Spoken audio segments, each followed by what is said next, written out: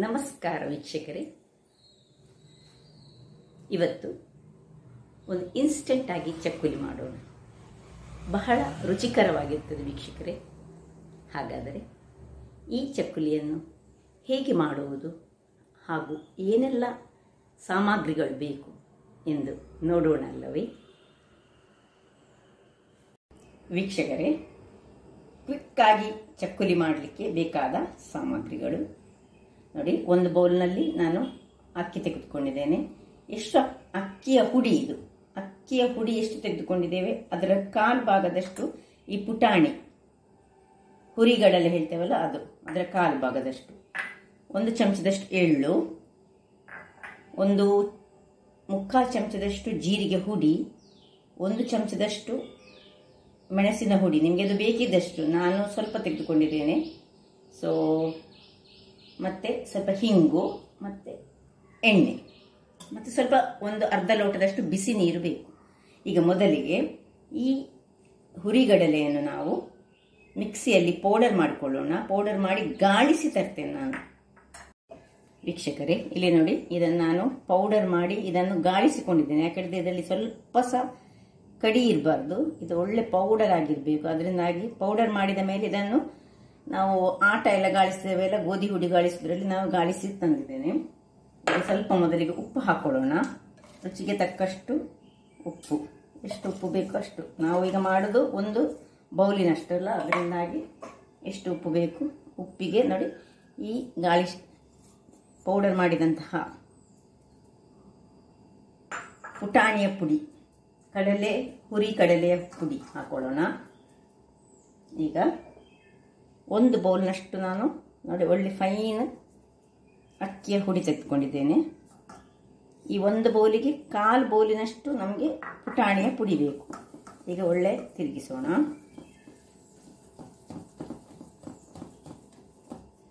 ಈಗ ಇದಕ್ಕೆ ಸ್ವಲ್ಪ ಹಿಂಗನ್ನು ಹಾಕೊಳ್ಳೋಣ, ಹಿಂಗಿನ ಪುಡಿಯನ್ನು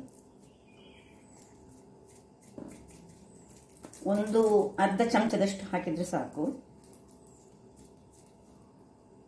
ಮತ್ತು ಒಂದು ಚಮಚದಷ್ಟು ಸಣ್ಣ ಟೀ ಸ್ಪೂನ್ನಷ್ಟು ನಾನು ಮೆಣಸಿನ ಪುಡಿ ನಿಮಗೆ ಬೇಕಿದ್ದರೆ ಮಾತ್ರ ಹಾಕ್ಕೊಳ್ಬೋದು, ಖಾರ ಬೇಕಿದ್ದವರಿಗೆ ಮಾತ್ರ.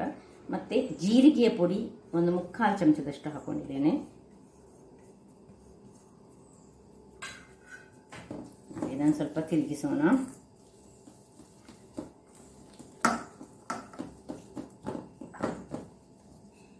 ಇನ್ನು ಎಳ್ಳು ಒಂದು ಚಮಚ ಉಂಟಲ್ಲ, ಅದನ್ನು ಹಾಕೊಳ್ಳೋಣ.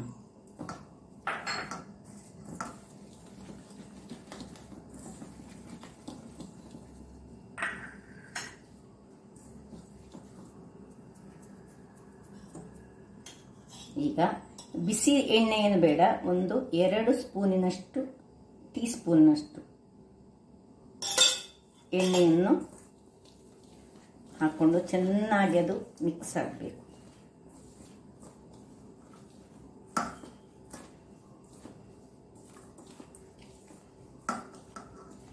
ಈಗ 2 ಟೀ ಸ್ಪೂನ್ ಸಾಕಾಗಲಿಲ್ಲ, ಹೀಗೆ ಮಾಡುವಾಗ ಹೀಗೆ ಬರಬೇಕು, ಅದು ಆಗಲಿಲ್ಲ ನೋಡಿ.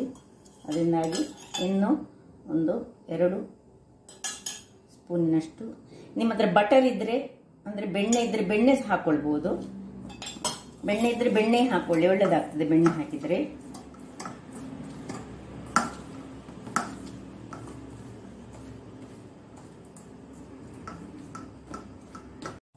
ವೀಕ್ಷಕರೇ, ಒಟ್ಟು 4.25 ಟೀ ಸ್ಪೂನ್ನಷ್ಟು ನಾನು ಎಣ್ಣೆಯನ್ನು ಹಾಕ್ಕೊಂಡಿದ್ದೇನೆ. ನೋಡಿ ಹೀಗೆ ಬರಬೇಕು, ಅದು ಮಾಡುವಾಗ ಹೀಗೆ ಬಂದರೆ ಆಯಿತು. ಈಗ ಬಿಸಿ ನೀರಿನಲ್ಲಿ ಇದನ್ನು ಕಲಡಿಸಿಕೊಳ್ಳೋದು ನಾವು. ತುಂಬ ನೀರು ಸಹ ಆಗಬಾರ್ದು, ತುಂಬ ಗಟ್ಟಿ ಸಹ ಆಗಬಾರ್ದು, ಸ್ವಲ್ಪ ಸ್ವಲ್ಪ ಹಾಕ್ಕೊಂಡು ನೋಡಿ. ಬಿಸಿ ನೀರಿದು ಹೇಗೆ ನಾವು ಆಟ ಕಲಿಸಿಕೊಳ್ತೇವೆ ಚಪಾತಿಗೆ, ಹಾಗೆ ಕಲಸಿಕೊಳ್ಳೋಣ. ನೋಡಿಕೊಂಡು ಮಾಡಿದರೆ ಆಯಿತು.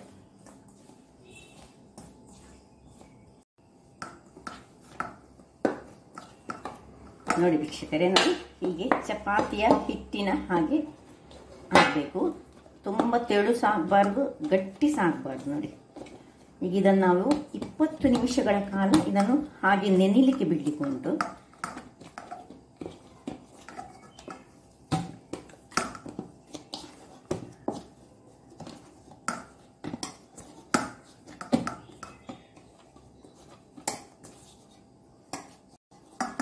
ಈಗ ಇದನ್ನೊಂದು ಮುಚ್ಚಳ ಮುಚ್ಚಿ 20 ನಿಮಿಷಗಳ ಕಾಲ ಇಡೋಣ. ಇನ್ನು 20 ನಿಮಿಷಗಳ ನಂತರ ನಮ್ಮ ಕೆಲಸ. ವೀಕ್ಷಕರೇ ನೋಡಿ 20 ನಿಮಿಷ ಆಗಿದೆ. ಈಗ ಅದನ್ನು ಪುನಃ ಹೀಗೆ ನಾದಿಕೊಳ್ಳೋಣ.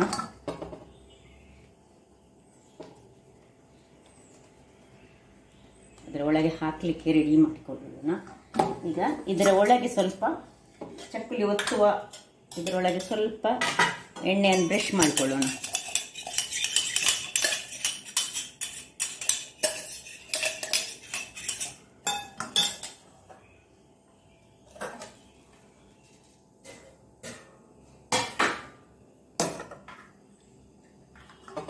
ಇದನ್ನು ಸ್ವಲ್ಪ ಸ್ವಲ್ಪವೇ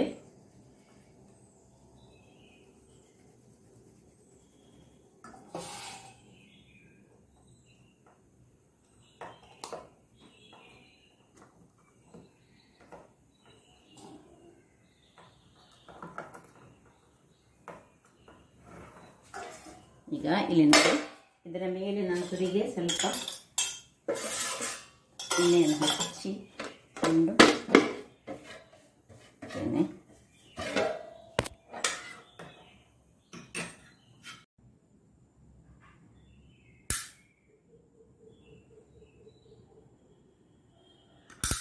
ನಿಮ್ಗೆ ಎಷ್ಟೆಷ್ಟು ದೊಡ್ಡ ಚಕ್ಕುಲಿ ಬೇಕೋ ಅಷ್ಟೆಷ್ಟು ಮಾಡಿದ್ರೆ ನೋಡಿ. ಹೀಗೆ ಮಾಡ್ಬೋದು ಅಥವಾ ನಾವು ಇದರಲ್ಲಿ ಇಟ್ಟು ಸಹ ಮಾಡ್ಬೋದು. ನೋಡಿ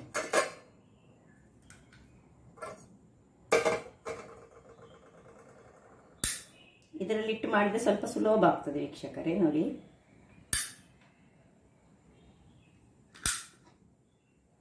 ಒಂದೇ ಅಳತೆದು ಮಾಡಬೇಕು. ಹೀಗೆ ನೋಡಿ ಒಂದು ಹೀಗೆ ಆಯ್ತಲ್ಲ. ನೋಡಿ ಇದರಲ್ಲಾದರೆ ತುಂಬ ಈಸಿಯಲ್ಲಿ ಆಗ್ತದೆ. ನಾವೀಗ ಒಂದು ಸಣ್ಣದನ್ನು ಒಂದು ಕಟ್ ಮಾಡಿ ನೋಡುವ. ಅದು ಮೇಲೆ ಬಂದರೆ ಎಣ್ಣೆ ಬಿಸಿ ಆಗಿದೆ ಅಂತ ಹೇಳಿ ಅರ್ಥ.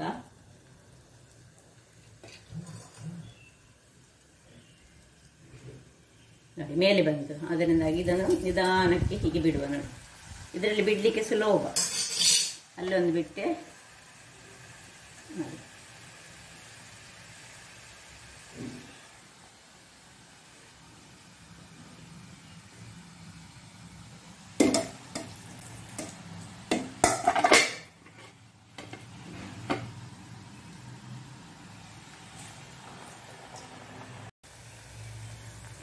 ವೀಕ್ಷಕರೇ ಇಷ್ಟ ಆಗುವಾಗ ಸ್ವಲ್ಪ ನಾವಿದನ್ನು ತಿರುಗಿಸ್ಕೊಳ್ಳೋಣ.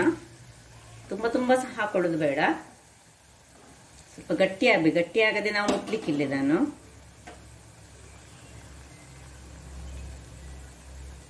ನಾನು 4 ಹಾಕೊಂಡಿದ್ದೇನೆ ವೀಕ್ಷಕರೇ. ನೋಡಿ ಸ್ವಲ್ಪ ತಿರ್ತಾ ಬರುವಾಗ ಇದನ್ನು ಸ್ವಲ್ಪ ನೋಡಿ ಕೆಲವು ಸುರಿಗೆ ಹಾಕಿದ್ದು ಸ್ವಲ್ಪ ಕೆಂಪಾಯಿತು.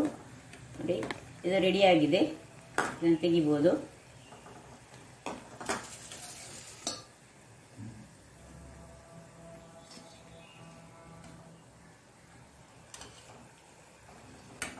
ನೋಡಿ 2ನೇದು ಸಹ ರೆಡಿಯಾಗಿದೆ. ದೊಡ್ಡ ಬಾಣಲಿದ್ರೆ ತುಂಬ ಹಾಕೊಳ್ಬೋದು.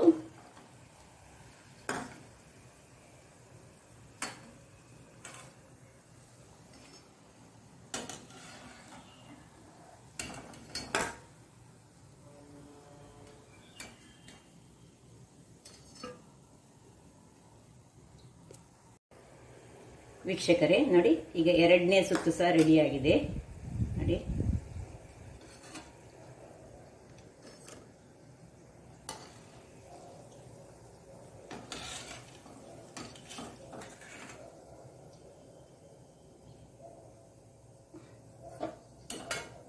ಈ ಮೆಣಸಿನ ಹುಡಿ ಹಾಕಿದ ಕಾರಣ ಇದಕ್ಕೊಂದು ಸ್ವಲ್ಪ ಕಪ್ಪು ಕಲರ್ ಬಂದಿದೆ. ನೋಡಿ ಹೇಗೆ ಆಗಿದೆ ನೋಡಿ.